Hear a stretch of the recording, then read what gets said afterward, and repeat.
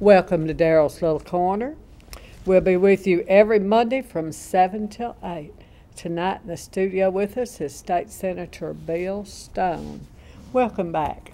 Well, it's good to be here. I'm overdue. You're not a stranger here. Everybody knows Senator Bill Stone, and he's been on several times, and we're always glad to see you. Well, it's always great to be here. I always enjoy coming and visiting, and it always seems like we don't have enough time in our hour to get everything in. That's true. But I'm not as well prepared tonight as I usually am, so you're going to have to take it easy. Uh-oh. Well, you live close. You live in Ashland, don't you? Yes, I do. I do. Just off the square. I can step out my front door and see the courthouse. In fact, your son ran for alderman. You have raised a politician. He did. Here. He did. He actually lives on the square. He's got the only lives in the only two-story building on the square. Oh, isn't that neat? And so he can certainly step out his front door and see the courthouse. Well, I just wondered about that. I mean, isn't that neat? Done raised a politician. Well, I guess so. He'll be okay. Made a good run. Didn't quite make the cut, but he made a good run. And first time out. And I told him all along that he was just going to have to put forth a little more effort. I thought that he could have done a little more visiting, and he could have done better. So. Well, yeah. If it's people don't realize. Of course, we've been recently through an election here in Tipp County. People don't realize that their vote matters. You think, well, my little vote, it don't matter, but it does. Each one he visits or each one that votes, some of those people got in or out by like 10 votes. Right, and at Ashland yesterday, or at the previous election, we had a great turnout. We had That's good. We had a turnout of I think 288 out of 388 registered voters voted. So it was. That's in the 70+% range, and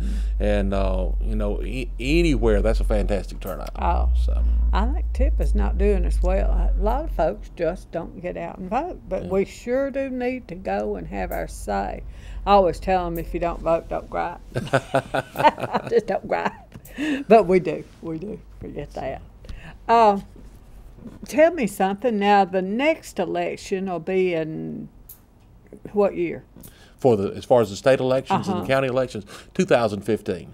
Okay. So you got a couple of more years. You're our senator. Right. I tell you, this redistricting thing, we're not happy with it. Not happy, but it's a done deal. I was not happy with it either, and I just was very disappointed it turned out like it was, and it's just. My intention right now is to make the best of it, try to get reelected, try to get reelected one more time after that, and be there in 2022 when they redraw the lines again. That's right. Get it fixed. When they enact something like that, that's what you have to do, is just stay with it and get it fixed. We fuss and fuss, but that doesn't fix it. You just have to go through the proper channels and get it fixed. Tell me, Bill, have you not had special session this time?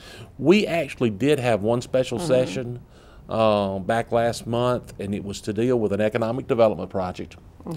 A company, Yokohama Tires, I think people are probably familiar with Yokohama Tires, a Japanese tire company, is putting a plant in Clay County, Mississippi. I think it's 500 jobs in phase one, and they're going to have 4 phases, which I think, in the end, it's going to be between 1,500 and 2,000 jobs. And it's going to be in Clay County and just north of West Point, northeast of West Point, I believe. And the state put up some infrastructure money, some money for the site prep for the plant, and to put the roads and that sort of thing in place. And we're really looking forward to it. It's another high-tech industry that's coming to Mississippi, and certainly the folks in Clay County suffering with a 19+% unemployment rate down there need it, and it's gonna do great things for that part of the country, part of the state, and great things for the state as a whole. And well, I don't know.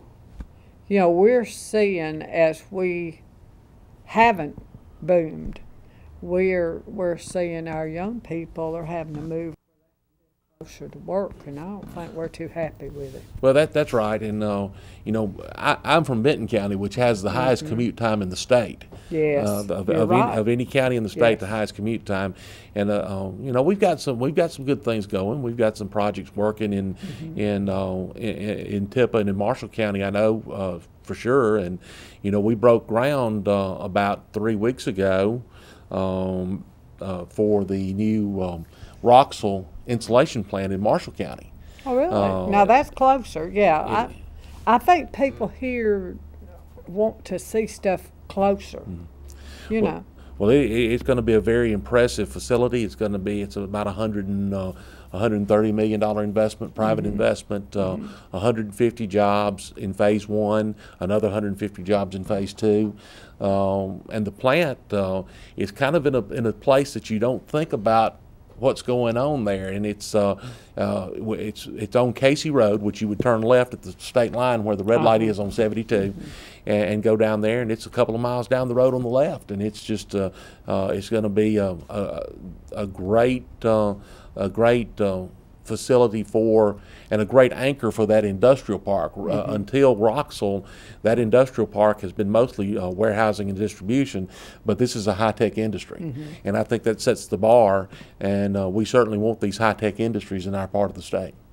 And now they make what?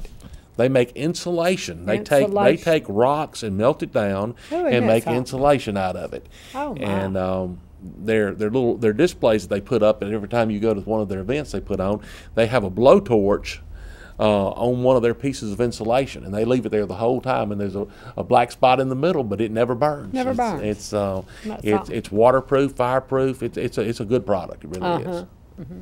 Well, will there be any maybe spin-offs from that, like it is Toyota, or is that a one I'm not place sure. project? I'm not sure what parts and materials they'll have to have. My understanding is that they will be mining the rock somewhere on the East Coast and bringing it here to be able to do that work. But there are lots of things, and there's also they're going to build a new spec building up in that park up there. I think the effects of the Chickasaw Trails Park in northern Marshall County are certainly going to reach into Benton County and into Tippah County as well. I mean, it's going to create opportunities all up and down that Highway 72 corridor.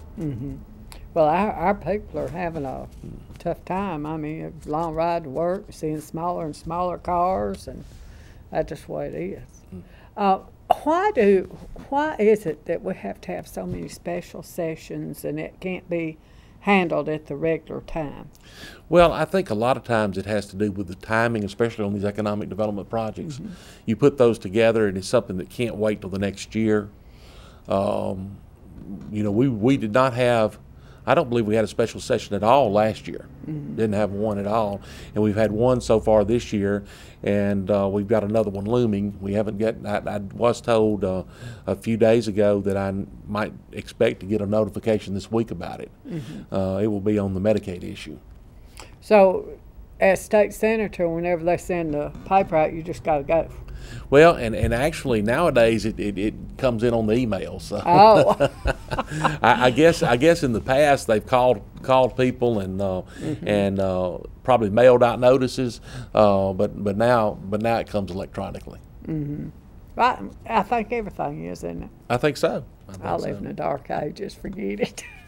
What I'm a telling lot of times that I'll get notices about different things, and I'll get it on my email, and then 2 or 3 days later I'll have a copy of it in my mailbox. So.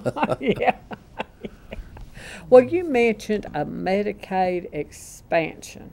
Tell us a little about that, what it is, and why it's necessary. Well, the Medicaid expansion is provided for in the Affordable Care Act, which is more commonly known as Obamacare. And what it does is that it allows you to expand the Medicaid eligibility to 133% of the federal poverty level, which right now the 133% is covered for children in the CHIPS program. But the Medicaid program, they will expand it to 133% of the federal poverty level. And what it's going to do is going to bridge the gap. There's also the next step up. You've got the truly indigent, unemployed, elderly, disabled that are in the Medicaid program now. And then there's another level that's being created above that, which is the health insurance exchange, and there's been a lot of discussion about the health insurance exchange. And the Medicaid expansion would basically bridge the gap. It's people that working poor people that may not have insurance through their employer. It may not be offered. They may not be able to afford it.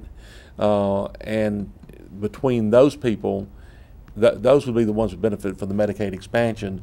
And then you would have the next step up would be those that would be able to get subsidies on their private insurance through the exchange program. That may be able to pay something on their insurance, but they can't pay the full amount. Mm-hmm. But everybody's going to have. I think they're requiring everybody to have insurance. I believe it is. That is one of the key components, and I think probably the most controversial component of the Obamacare Act is the requirement for every individual to have health insurance. And what impact will that have on like these rural doctors that where it's figured on income and that type of thing? What'll happen to them? I think what you're probably referring to the FQHCs, the federally qualified health care facilities. There's one at Ashland. There's one at Ashland, one at Ripley. Mm-hmm. Yeah, I don't know how this will impact them. I do know that they are very interested in the Medicaid expansion. I have been told by both of the clinics that operate, both of those type clinics that operate in my district, that Medicaid expansion will afford them the opportunity to add personnel, to hire people, create jobs. And on the flip side, I've actually been told by some of them that they may have to reduce some of their workforce if we don't have the Medicaid expansion. But the Medicaid expansion, from their standpoint, they are certainly in favor of it, and they believe that it will help them provide more jobs in the area, as well as provide more care for more patients. Well, I tell you, and I don't know about Benton, but I know in Tippah County we can't afford to lose any doctors. No. Well, you go to the doctor and it's full, yeah, so right. you can't That's afford exactly to lose right. any. I mean, we are in an underserved part of the country, and I think that where the jobs are going to come from, not as much as in the physicians and the practitioners, as it is going to be support personnel, the medical technologists, the assistants, and med techs, that sort of thing. I think that's where you're going to see there will be more opportunities for more doctors, but I think the big growth in the job market will be in the support positions. Are we going to lose our family physicians? You know, we go in the office and next thing, then they put you in a room and you see your doctor. Are we going to be where we lose that personal care and have to see the staff all the time? I don't see. No, you will not. You'll still see your doctor. Now, some of the programs that are in place, like the Mississippi CAN program, which is the managed care version of Medicaid, does assign you a primary care physician or a primary care practitioner. I do know that nurse practitioners are also in that program as well. Yeah. But they do provide you, if you're a Medicaid recipient, on Mississippi CAN, which there are two plans under Mississippi CAN. There's the Magnolia Plan and the United Healthcare Plan, and based on which plan you've got and what they assign you are assigned a primary care physician. Now, that being said, you can change that, because I have had some of the practitioners in my district contact me about why they were losing their patients to the being assigned to different doctors. Yeah. And when I inquired about that, they said no, the patient can request a particular provider, and even after being assigned a provider, you can request a change. Well, I want to be able to choose who I want to. If you want somebody you can trust. Oh, right. Exactly. I wondered about that. Okay. This Medicaid expansion thing is just going to give more people insurance then. How are you going to pay for it? It is going to give more people coverage under Medicaid. It is going to create the job opportunities that we talked about. Some 9,000 is the estimated new job number in the whole state. Now, for the first 3 years, the Medicaid expansion will be paid for 100% by the federal government. which we always say that, but of course that's our money too. Yes. And that's also one of the arguments in favor of doing the Medicaid expansion is that we're going to keep on paying our federal taxes whether we take the Medicaid expansion or not, and our tax money is going to be provide care to folks in Florida and New York and California, and while our people are not being able to take advantage of it. But I think after the first 3 years, it stair steps in what the state participation is up to, I think, a maximum of 10%, or a 9-to-1 match. The state sends a dime up, and they get a dollar back, and that's a pretty good trade.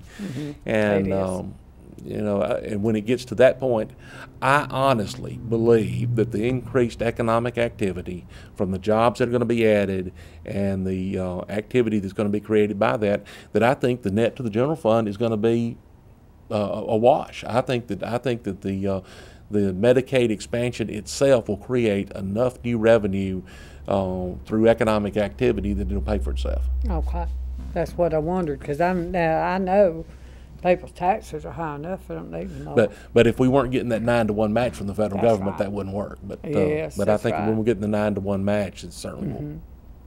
Okay, another hot topic. Let's cover these hot topics first. I told you I'm not as well prepared as I normally am, so you got to take it easy on me. Nah. We don't take it easy on folks here. All right, let's talk about gun control. That's kind of a hot topic. It's a Second Amendment right, and isn't there a new law? Well, there was a law that changed the concealed carry. Actually, in the reason for the bill was is that there was an interpretation of that law that said if you had a concealed carry permit and you were walking down the street and you had that gun stuck down under your coat and you move a certain way and a part of that gun flashes and somebody sees it, that you would be in violation of your concealed carry permit. So the bill fixed that definition so that would not be the case anymore. But also in the process, and this goes back, there's a constitutional reason for this. In the Mississippi Constitution, the legislature can only regulate concealed carry. The legislature cannot regulate somebody just carrying a gun, what they call open carry. So what happened in that case with the law, though, had affected that, and it's caused some concern among law enforcement. I'll be honest with you. I've heard from several of my law enforcement officials in my area that are very, very concerned about it. It changes that definition of concealed carry, that a gun in a holster, even though it was under the old definition was considered partially concealed because of the holster, is now considered an open carry. So you basically, under the Constitution, and subsequent definition by the law, open carry is now you can openly carry without a permit. So, but now you have to have a gun permit to carry a concealed weapon. For a concealed weapon. Okay, if a lady is in her car and it's at night, so she's a single lady, and she's got you don't want to ride down the road with a gun laying in the seat. Why, that thing bounce around and shoot you. But when you stick it in the glove compartment, that's when you have to have the permit. You put it in your purse, you have to have the permit. And if people see you with this gun out in the open, they think, oh, what kind of people is she? She rough, where she thinks she's headed.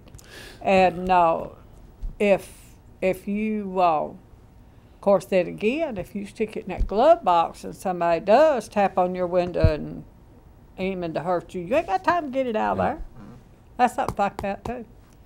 But you just, it's hard to know what to do. It's certainly a concern, especially for law enforcement. I had one law enforcement official says that that you're going to have more problems with domestic violence because of it, and I think so. And I can see where their concern is coming from. Of course, the bill passed overwhelmingly, both houses of the legislature, and it was signed very early in the legislative session. And I've talked to the chairman about it a little bit about the concerns of the law enforcement, And I don't know whether we're going to relook at that or not, but it is certainly something that the law enforcement community is concerned about. However, there's a plus to it. There's a plus. I was a security guard some time ago, and we carried pepper spray. And I went out to this gate at night. Of course, nobody nowhere but me and a truck driver, whoever drove up. You don't know who they are. Nobody ever bothered me. I mean, I look like that type. They say, oh, that pole thing, we won't bother her. Nobody ever bothered me. But, you don't know that they're not going to. It's when you think about it, thinking back, it was a little dangerous. I wasn't smart enough to figure that out. I needed the job. But I'd go to that gate, and we were required to carry this can of pepper spray. And one time I picked it up out of the seat, and that thing went off.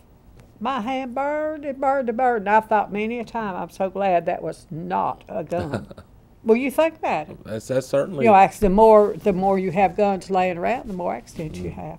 So that's something to think about too. My ladies, get some pepper spray and never hold it near your face. Don't get it up and look at it. Just because that stuff. But really, I think people should have a right to carry a gun. There's hunters that hunt and all that stuff.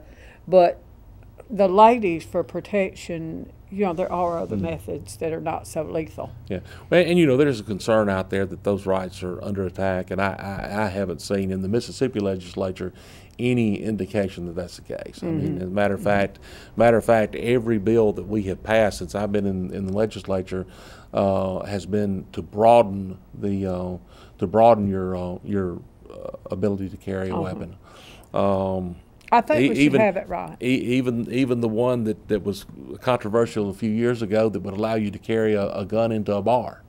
What that did was it leaves it to the discretion of the business owner, which the business owners really didn't want that discretion, because that they were concerned that if in their establishment, if they prohibited that, they would be seen as anti-gun. So, but that law was passed, and it's one of the things out there that the private proprietors will be left to make that decision. It's a very hard decision what to do, which I'm in favor of people being able to carry the gun. I really am. Sure. But in a lady's position, we're not that well versed on shooting folks.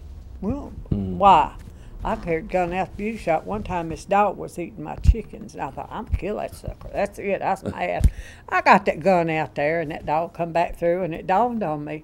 I didn't know where the safety was. I didn't know. I mean, crazy.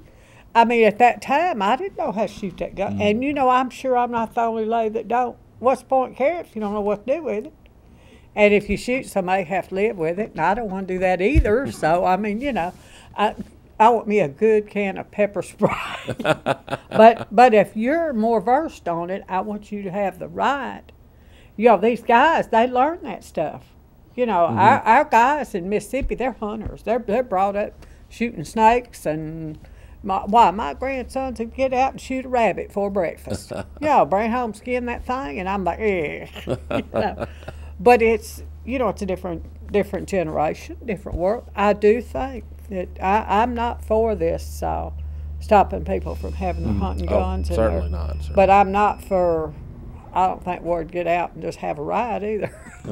I don't want nobody.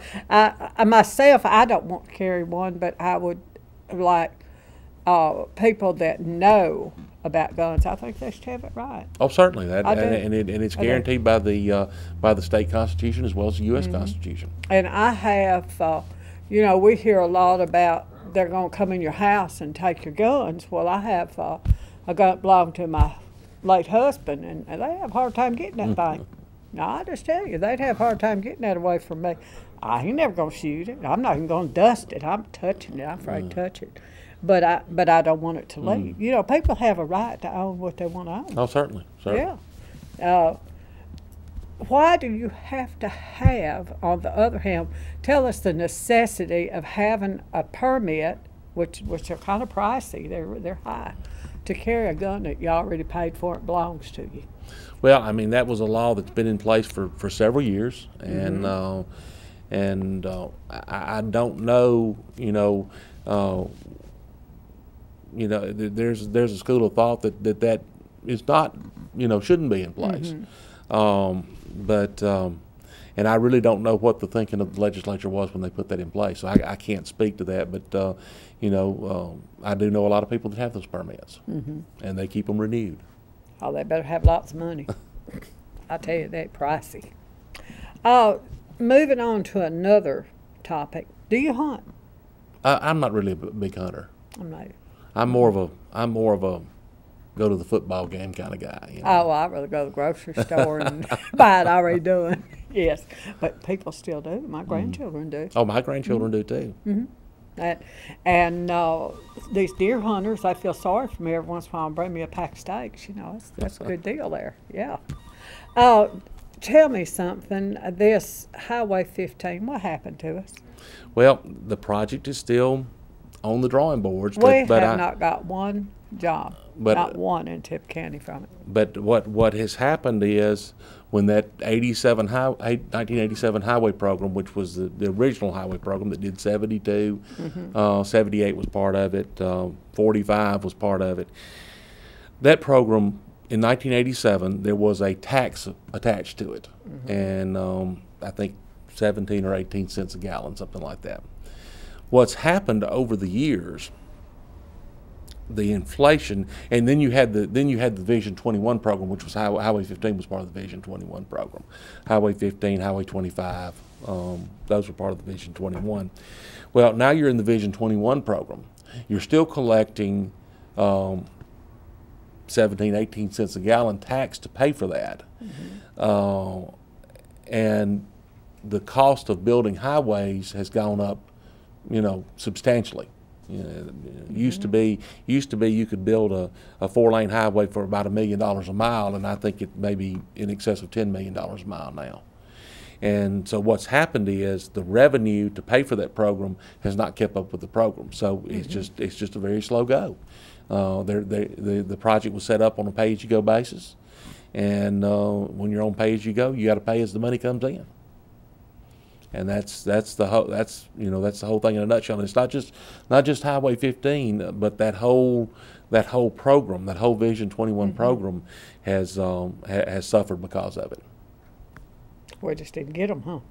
Well, it's coming. It's coming. It's just Well, as the Toyota's already got their spin-offs. We won't get the jobs from it. We might get a good way to go to work and drive way off at $4 a gallon for gas nearly. I mean, you think about it. Well, we just got short end stick, didn't we?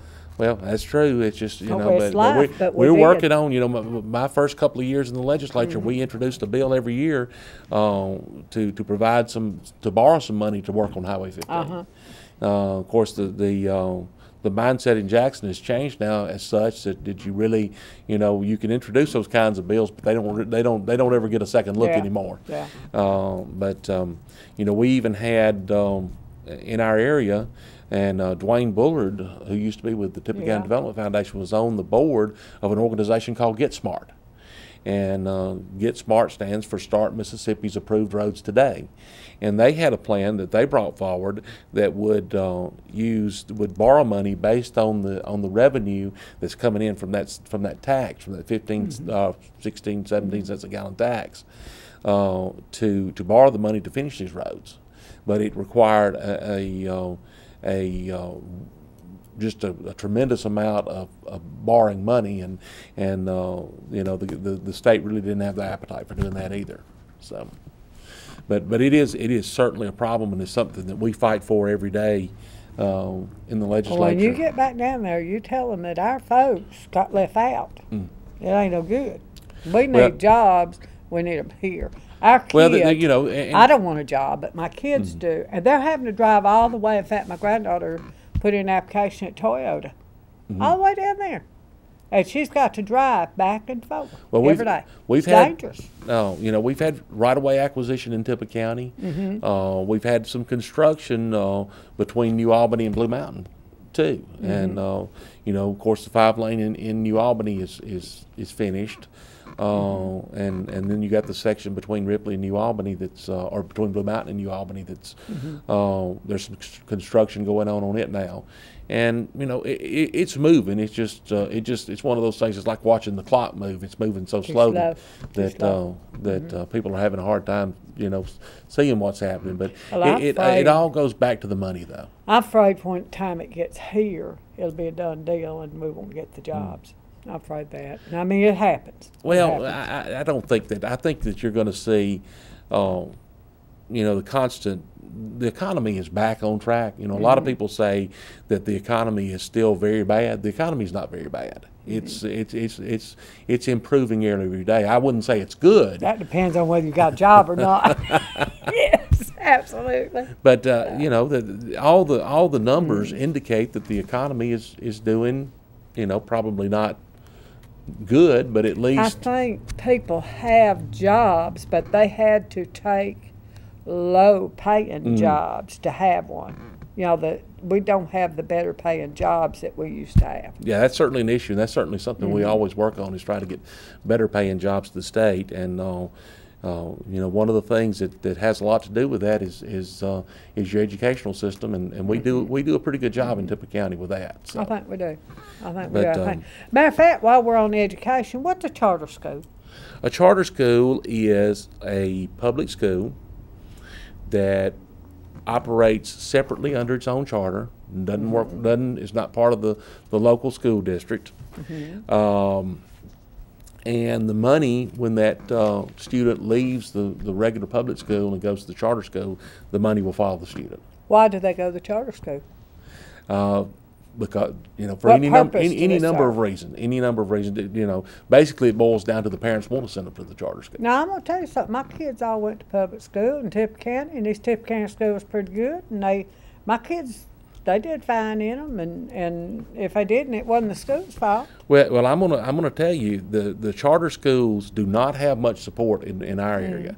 I have talked to a lot of people about the charter school issue, and I have found it is probably about 40-1 to the people that are for charter. One out of 40 maybe be for charter schools. What would be the advantage now, other than they're going to raise my taxes? What would be the advantage to sending my child to that charter school when they can get a good education in the public school that my government already supports? In theory, you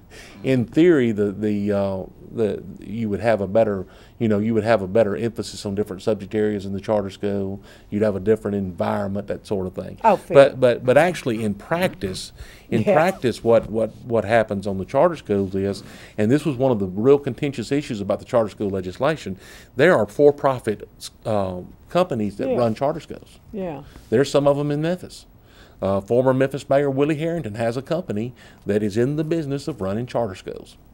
And we managed to, in our legislation, to keep the for-profits out of the legislation. Of course, there is a little loophole that some people say is there, that where a nonprofit could get the charter and then contract with a for-profit company to run it.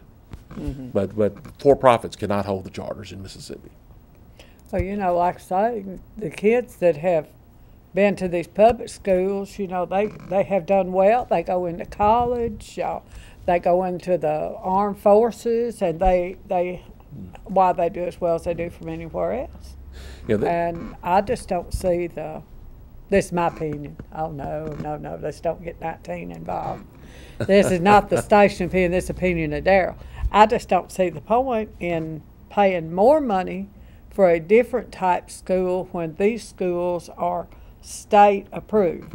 Our state says that our schools are good. Yeah, and one of the biggest problems with that is that the advocates will say, "Oh, the money follows the student." If you've got the students that stay in the traditional public schools, as that's normally how you distinguish between the two traditional public schools, you will still have the money for the students to stay there. Well, in a traditional public school as well, you have certain fixed costs of operating that plant. whether you've got 300 students in that facility or whether you've got 400 students in that facility. You've got a fixed cost to operate that facility. And what happens is if you start drawing students away from that, then the cost per student to operate the facility to the local school district goes up. And what happens when that occurs is that the state money, the federal money, and the local tax dollars are following that student into the charter schools. Well, all of a sudden, South Tippah School District does not have enough money to maintain their buildings and not have enough money to maintain facilities. Well, they have to go to the Board of Supervisors and ask for more money. And then and the Board of Supervisors only has one way of getting money. Yeah, my wallet. Yeah. That's raising taxes. Land taxes, yes. But I will say, the charter school legislation that passed did have a what they call the veto. Any school district that's rated an A, B, or C, the local school board has to sign off on the charter school before it can be put in that district. In other words, instead of supporting the students' education, somebody's wanting to make money off of them. That was my concern. That's my thought. That was my concern. That's my thought. See, it took me all this time to figure that out. And that was not my only concern, but that was my. Well, that's a big concern. That was one of the major concerns. If I'm making money off of those kids, you're going to just try to keep them in there, whether they get the education or not. Just keep them where you can have the head count. Well, actually, the trick to charter schools, the key component in a charter school is that they've got to be able to pick their students. Now they'll say, "Oh no, we don't cherry pick students. We don't." Well, sure they do. But what they do is they may take they may have 100 slots, and they may have 90 applicants for those slots. So they have to take all 90 of them. So, but now they get those 90 in there. The first time they have a little trouble out of one of them, you know where he goes? Yeah. Back to the traditional public school.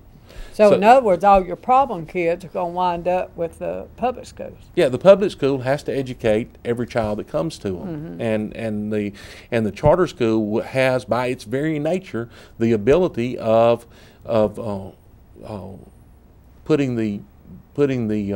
passing the buck basically on the students that are we won't call them problem, but the students that have more challenges to educate. Well, some kids have a hard time learning, and some kids have a harder time acting right.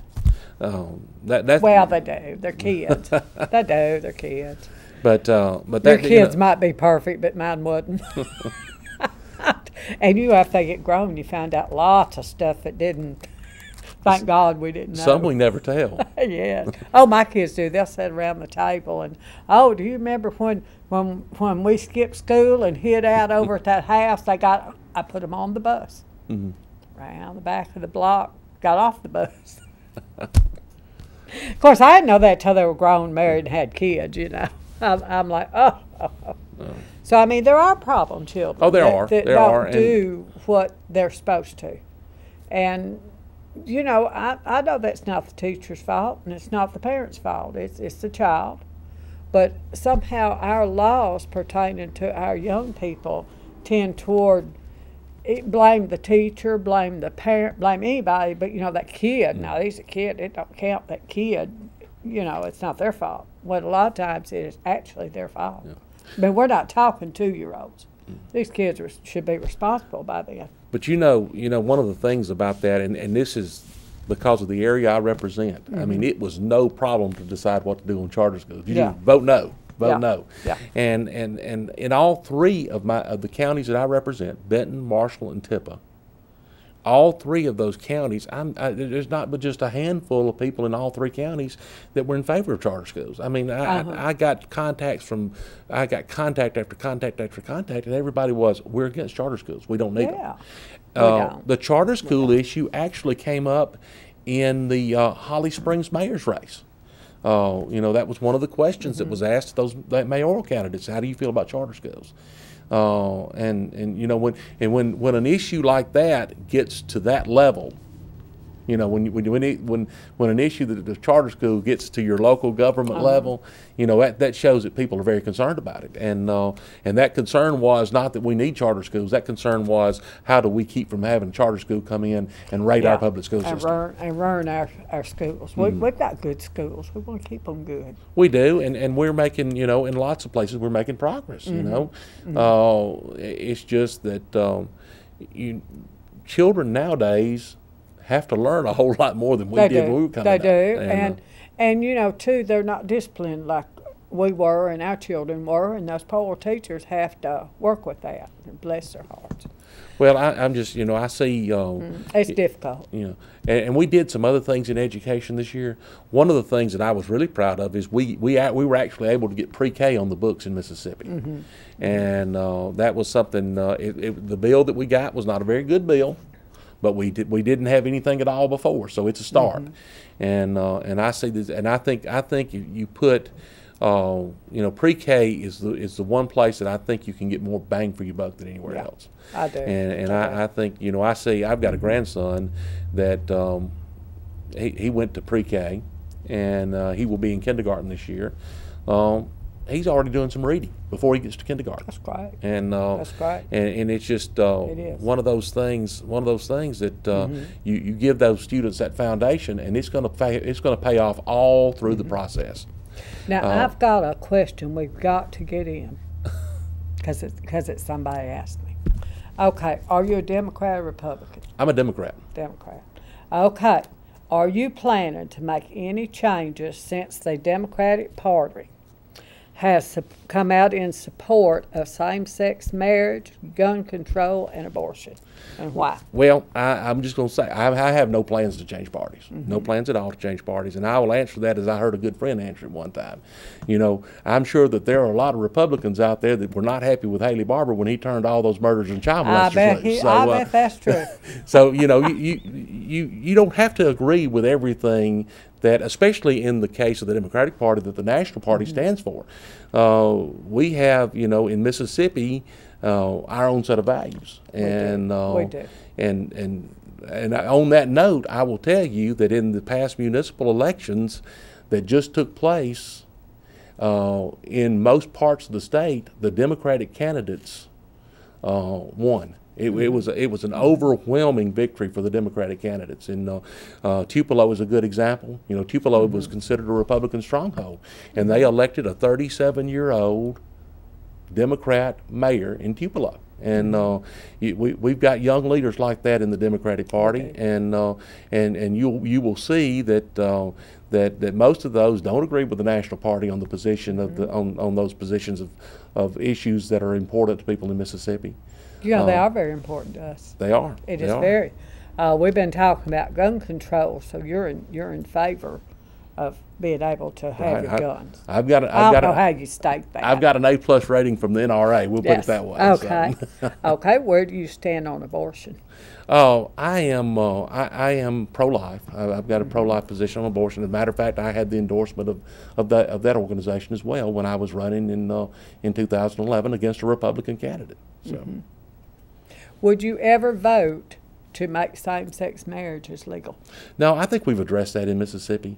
You know, it's a constitutional amendment in Mississippi, and you know, while I see it, you know, all over the country, it's happening all over the country, and it is a very fast evolving issue. I don't know, you know, I don't know where it's going to end up here in Mississippi, but it's moving really fast other places. But that issue settled in Mississippi because it's in the Constitution.